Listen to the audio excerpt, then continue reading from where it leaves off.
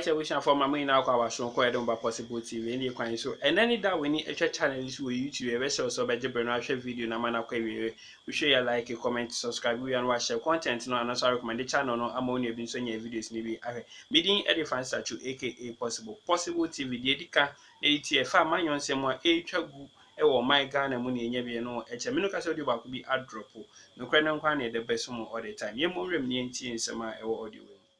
So I titled this the Ofori Atta conversation, and I'm saying to you that the NDC's communications advisory, I should say, actually lost the Ofori Atta battle. Do you know why? The story starts with members of parliament of the MPP who announced that they don't want Ken Ofori Atta to continue as finance minister, and therefore they are giving the president ultimatum, something that was very completely incongruous, totally against parliamentary practice, but they did anyway. They said they don't want Ofori Atta that, and then the minority in parliament also brought up a censure motion, and then President Mahama comes to speak. To President Mahama's communications advisory, when he was presenting his message, first as former president, and then as candidate for the next election, which is 2 years away, under no circumstances should they have allowed President Mahama to talk about Ofori Atta. No, Ghanaians don't want to hear that. And that's why his message was very badly received. Because if you are former president, former vice president, former president, candidate for the next election, and you are coming to address Ghanaians in an economic crisis, and you tell the president that sack Ken Ofori Atta, your finance minister, that's below President Mahama's level. He's president, he's addressing Akufo-Addo and the MPP. So he didn't succeed in telling Ghanaians that I'm the alternative. He's talking about Ken Ofori Atta. He should leave Ken Ofori Atta to Sam George and Kisela to force. And President Mahama must present himself in the majestic former president and president in waiting by dealing with the issues at the president's level.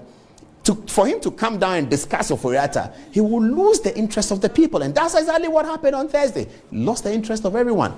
After President Akufo-Addo spoke, the nation was engulfed with his speech, whether as a joke on Sikampe Dede or whether about encourage your currency and say nice, on Facebook, people say, my currency, I love you, everybody was fooling around with it. Whatever it is, President Akufo-Addo captured the mood of the nation, and he got the nation talking about his speech 48 hours after he spoke. When President Mahama finished on Thursday, we went to bed on Friday, everybody was asleep. What is he saying? Because he said Ofori Atta.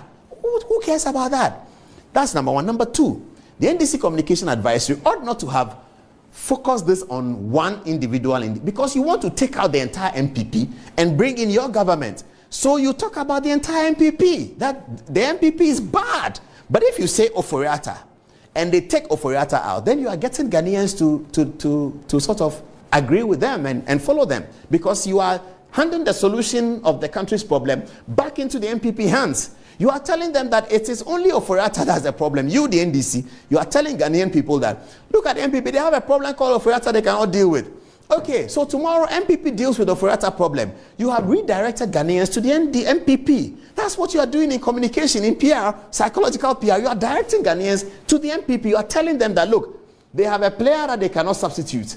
So everyone is interested in the substitution of that player and what's going to happen. If that player gets substituted, you, the NDC, you have lost the attention of the voters. They are going to focus. And on our own Facebook page, which is very small and which is not scientific, when we put videos up from our last Thursday program, was it Thursday? I think it was Tuesday. We talked about Ken Ofori Atta. Interest was not very high. We talked about President Mahama himself. Interest was not that high. The highest interest was the video we put out on who replaces Ken Ofori Atta. That tells us that people are more interested in that than in the alternative.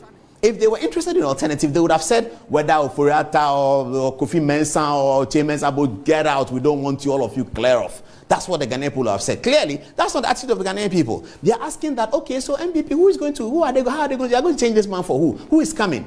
And that is because the NDC has handed that to the MPP in communication. Don't take my advice, but I'm telling you that your PR advisory must work better than that. We need a very competitive PR for 2024. We don't need a lopsided one. At this rate, with this kind of advisory, it's getting lopsided. So, little advice for the NDC. Focus, focus, focus, and let Ghanaians know that you can do it. But I can also understand the NDC problem, because they have this major problem, which is that whatever President Mahama says, he must juxtapose it against what he did, because he has done something.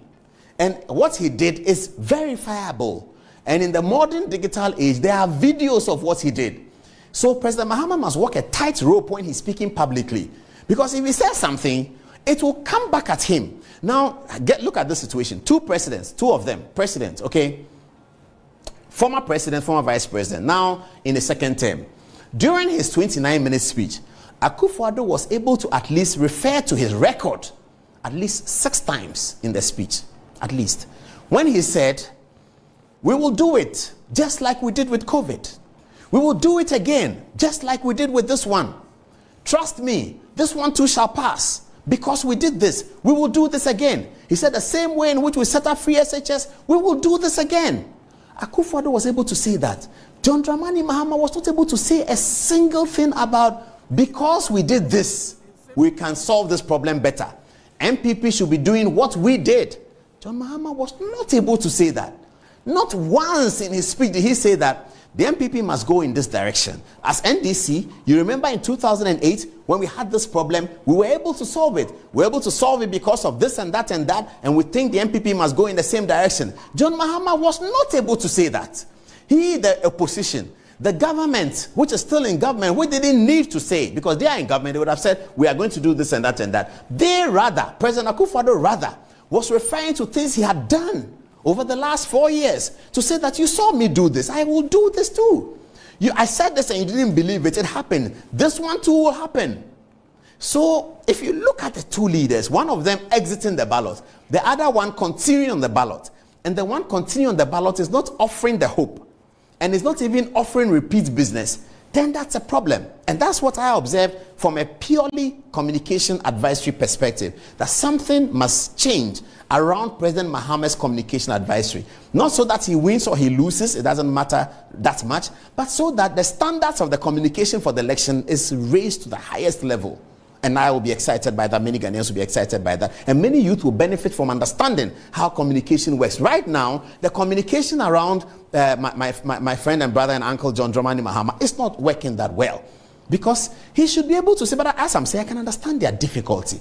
President Mahama must be able to say, I have done this, so I will be able to do it. Put a sentence that I put about politics, and this is the last thing I'm saying on this one. I put, Kweku put it up. Yes, this one. So viewers, please give me your attention for 1 more minute, okay? I'll be done with the politics in a short while. So this thing, successful political campaigning hinges on 2 things. 1, a promise of repeat business. 2, freshness of ideas that creates excitement about change. These are the 2 things on which political campaigning hinges. It doesn't mean that it's 100% a campaign cannot hinge on this one and still win. That works. But by and large, because we're dealing with sociology, we always have to say all things being equal. All things being equal, this is how campaigns succeed. You have to promise people of repeat business. That is why many governments around the world are able to win a second term, because they promise repeat business. They say, look at what I've done in the first term. And that is why many presidents in their first term are controllable by the Republic. In their second term, they are not that controllable. In their first term, they are controllable because they are looking to campaign on repeat business. So if they show arrogance in the first term, that is, people are not going to elect them. So you will find that many governments win a second term on repeat business. And many governments come into, many politicians come into government from the opposition promising freshness. That we're going to do something different. We are bringing something very fresh. And that freshness creates excitement about change. And that's what happened in 2016 in Ghana. That's what happened in 2002 in Ghana. That freshness. In 2016, everybody thought, Akufo-Addo is bringing something different. And how were they able to believe that? Because he talked about things that had not happened yet. One district, one factory, we had never heard it before. One village, one dam, we had never heard it before. We had heard free SHS, but we didn't know how it was going to work. On the basis of those freshness, he was able to create an excitement about change. And wasn't the change whooping? 1 million votes on the first round from an opposition candidate coming from behind. First time it happened in the Fourth Republic. First time it happened. No opposition candidate had won a straight first round in the Republic. But because the Akufo-Addo advisory and communication was able to create that freshness and excitement, he did win. And then in 2020, he promised repeat business. I have done free SHS, I will do this one too. Repeat business wins him the election. President Mahama has been there before. He cannot promise repeat business. He's also not promising the freshness. Anyway, we'll see how it goes. I sent you a video about President Mahama. Terry, please, if you have it, the Metro TV video, I forgot about it. Please get it quickly. I need it. All right. So let me end this though with this one.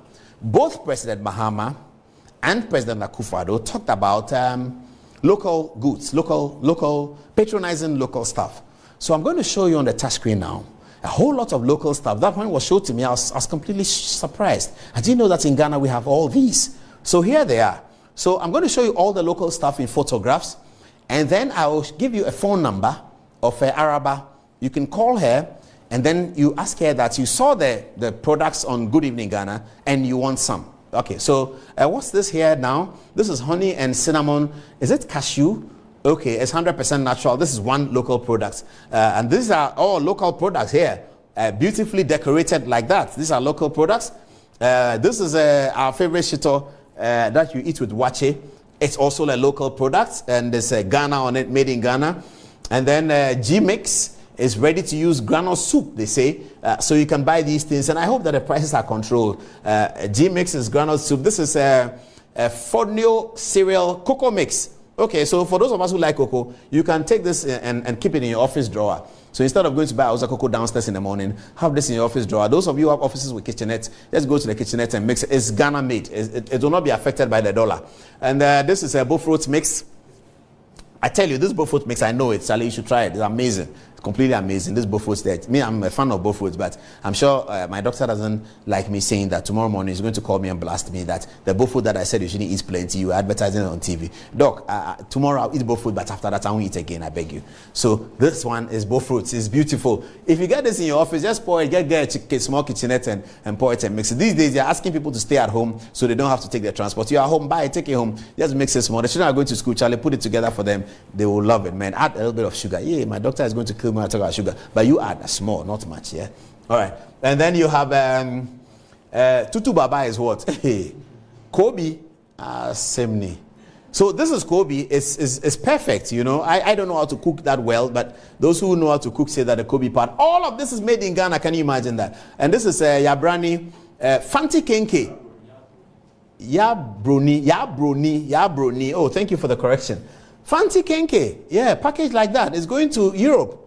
But Fanti Kenke doesn't experience dollar changes. That's it. It doesn't. So please get it as well. This is for cleaning. Yopo. I've been hearing this on Peace FM, haven't I? Yopo bleach. I think I've been hearing it on Peace FM. This also locally made.